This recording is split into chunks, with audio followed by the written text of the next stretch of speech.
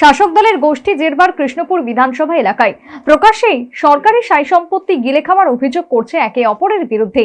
এই গোষ্ঠী কোন্দল সংঘর্ষের রূপ নেবে কি তা নিয়ে আশঙ্কা দেখা দিয়েছে জনমনে। অভিজ্ঞ মহলের মতে একটা দল যখন সরকারি শাসন ক্ষমতায় থাকে তখন বিভিন্ন কারণে মতানৈক্য দেখা দেয়। পদ ক্ষমতা নিয়ে মতানৈক্য থাকতেই পারে, তাই বলে রণংদেহী মনোভাব নিয়ে একেবারে প্রকাশ্য ময়দানে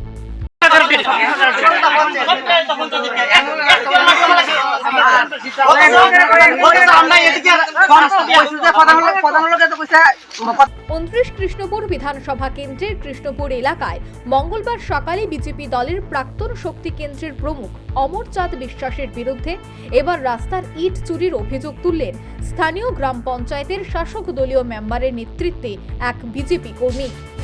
কমপ্লেন করছে যে এই রাস্তার আমাদের পঞ্চায়েতের রাস্তায় তুলিয়া গড়বড় হইতাছে।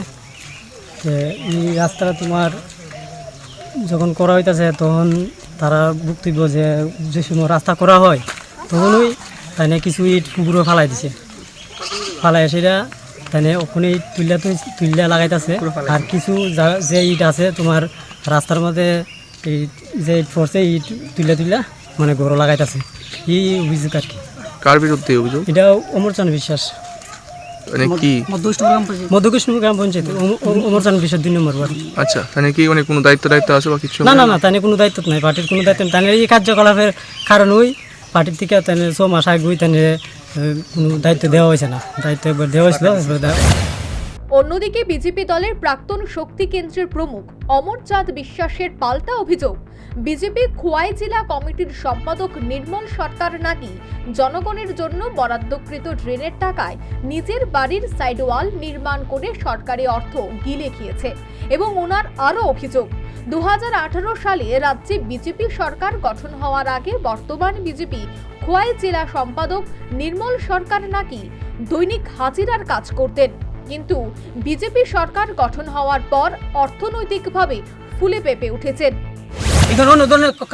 এখানে হাজারো লোকের সামনে আমি ইট তুলেছি, আজকে 1 মাস ধরে ইট তুলে আমি আস্তে আস্তে কাজ করছি, আমি কাজ করতেছি। আপনার পঞ্চায়েতে চিঠি দিয়েছিলেন এরা করার সময়, রাস্তাটা তোলার সময়? হ্যাঁ, চিঠি দিয়েছিলেন পঞ্চায়েত চিঠি। প্রধানের সঙ্গে আমার কথা হয়েছে, প্রধান সাহেব বলছে যে আপনি এটা আপনার দেওয়া হয়েছে, এটা আপনার মতো করে আপনি চিঠি কিছু লাগতো না। প্রধান সঙ্গে কথা হয়েছে, চিঠি লাগতো না। এই আজকে আপনাদের এই বিষয়ে এসেন পঞ্চায়েতের 4.5 লক্ষ টাকা কাজ ওই সামনে ড্রেনের নামে করানো, ড্রেনের নামে 4 লক্ষ টাকা ওয়ার্ক অর্ডার বের করেছে আমাদের বর্তমান ডিস্ট্রিক্ট প্রেসিডেন্ট নির্মল সরকার।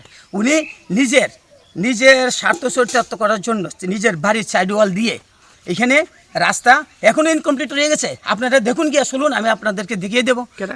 নির্মল সরকার আমাদের district president, BJP district president, district সম্পাদক নির্মল সরকার। উনি এখানে সাইড ওয়াল করতে গিয়ে মানে ড্রেন করে নাই, কিন্তু সাইড ওয়াল নিজের বাড়ির সাইড ওয়াল করে 4.5 লক্ষ টাকার কাজ ব্যক্তিগত স্বার্থে, এলাকার স্বার্থে ওয়ার্ক অর্ডার করে নিজের ব্যক্তিগত। মঙ্গলবার সকালে বিজেপি দলের দুই গোষ্ঠীর মধ্যে অভিযোগ এবং পাল্টা অভিযোগের ঘটনায় আবারও প্রমাণিত নিজের বিধানসভা কেন্দ্রে দলীয় কর্মীদের মধ্যে ঐক্যের বাঁধন তৈরিতে ব্যর্থ মন্ত্রী বিকাশ দেববর্মা। মন্ত্রী বিকাশের নির্বাচনী কেন্দ্রে বিজেপির দুই গোষ্ঠীর ঠান্ডা লড়াই এবার রক্তক্ষয়ী সংঘর্ষের রূপ নেওয়ার আশঙ্কা। মন্ত্রী বিকাশ দেববর্মার নির্বাচনী কেন্দ্র অর্থাৎ 29 কৃষ্ণপুর বিধানসভা কেন্দ্রে শাসক বিজেপির দুই গোষ্ঠীর প্রকাশ্য দ্বন্দ্বকে ঘিরে ছিছিরব জনমনে।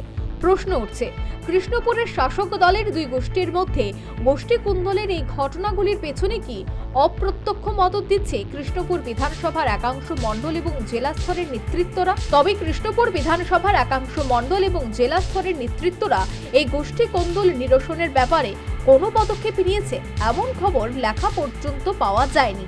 সে যাই হোক, বাম কংগ্রেস সহ বিজেপি বিরোধী দলগুলি কিন্তু গোষ্ঠী কুন্দলের এই লগ্ন খেলা তাড়িয়ে উপভোগ করছেন। Bureau report, news vanguard.